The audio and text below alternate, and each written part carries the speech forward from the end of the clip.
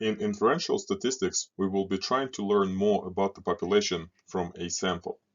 In other words, we will be using the numerical summaries obtained from a sample to estimate the corresponding numerical summaries of the population.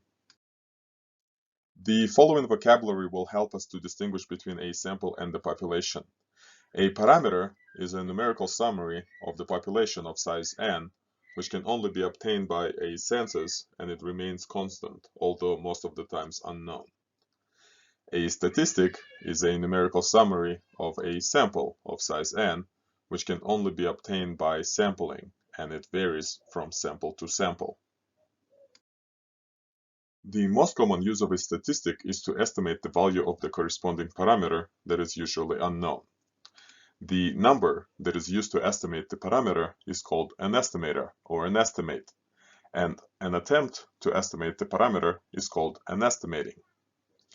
Some estimates are better than others. While random guess may satisfy the definition of an estimate, we have an intuition that using a statistic is better than just guessing. An estimator is called an unbiased estimator of the parameter if the mean of its values in the long run equals the parameter. Otherwise, it is said to be a biased estimator.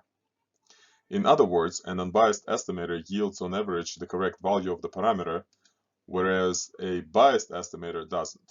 For example, the sample mean is an unbiased estimator of the population mean, while a random guess is a biased estimate of the population mean.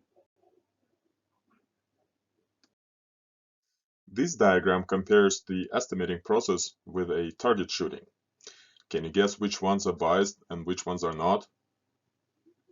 Clearly, any unbiased estimator is better than any biased one. However, some biased estimators are better than others.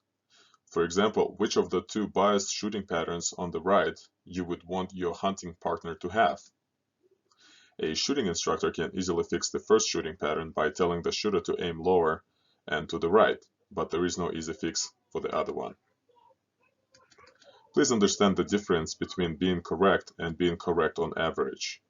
None of the unbiased shooting patterns hit the bullseye all the time, but on average it appears that they do.